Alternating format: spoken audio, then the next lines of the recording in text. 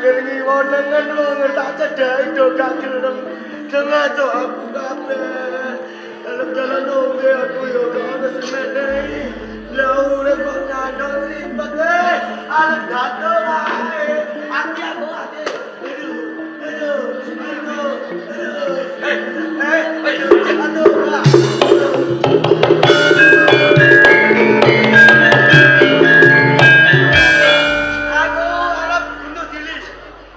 Lah kowe kok arep pendak iki sebabe opo kene?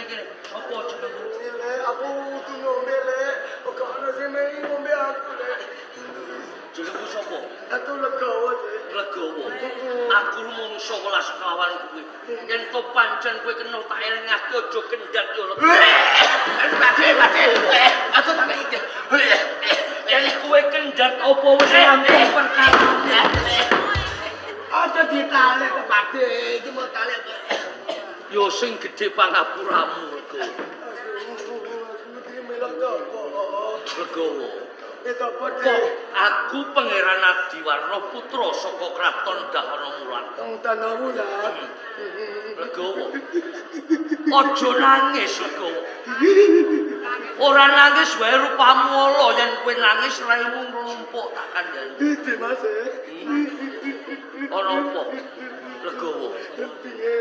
Kok gandane iki sapa iki? Atu. Atu. Dadi sing gondo batang iki kowe Legowo. Ya ora apa-apa, Legowo. Kok nganti kowe tawang-tawang tangis satemah kowe arep ngungkasi nyawamu kanthi lantaran gantung diri. Apa jalarane Legowo? Satu ning omah ditiyo-tiyo bapak. Dadi kowe isih duweni wong tuwa. Iya. Aku ditiyo-tiyo bapak. Muga jale lupaku elek.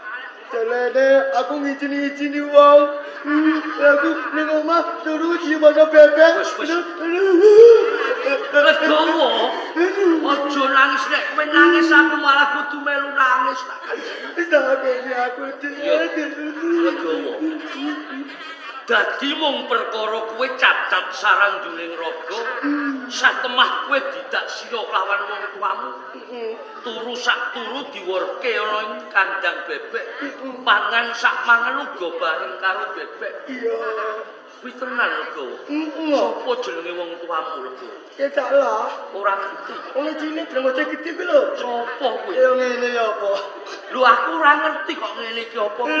Sopo jenenge wong tuamu? Bapakku jenenge Gundo Canto kok. Kowe iki aja sembrono. Mbok. Kene aja mutung kowe iki kok. Lah mutung gak ada senulungi kok ramu. Wis to engko tak tulungi Legowo. Waton kowe gelem bloko, aku bakal aweh pitulungan lawan kowe Legowo.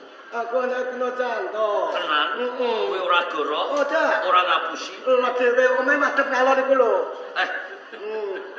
Omahe madhep ngalor omahe sapa kuwi? Petak Gundo Canto kok. Omahe madhep ngalor. Iya. Panjenengan aku, Pak. Aku ku masak angin sing ngelohi sapa? Wis tok cuk kuwatir. Bot-bote golek duit, bot-bote golek makan kuduane rekoso. Lah aku ngentut bus-bus ngono. Tak mumpet Kurang ajar. sumpah lho. Aja mutung iki kene. Gandamu wis ora enak kok malah tambah entut barang. Aku wanyo ngene. Legowo. Nggih. Yen to bener-bener kowe putrane Paman Patih Guno Santo, rak patih ing Dahana Mulan kuwi. Ngono. Kena tak percaya. Iya. Kena tak ugemi. Tenan iki. Yo, aku percaya lawan kuwi Legowo. Adate menungso sing kaya dene kowe iki mesti gelem jujur. Iki ngene Legowo. Piye, Mas? Iki dina kowe bakal ndak angkat dadi memitranku sekirane gelem apa ora. Memitran iku apa? Memitran kae sedulur. Sedulur kata iku mau sambate ngunggano uyah. Ora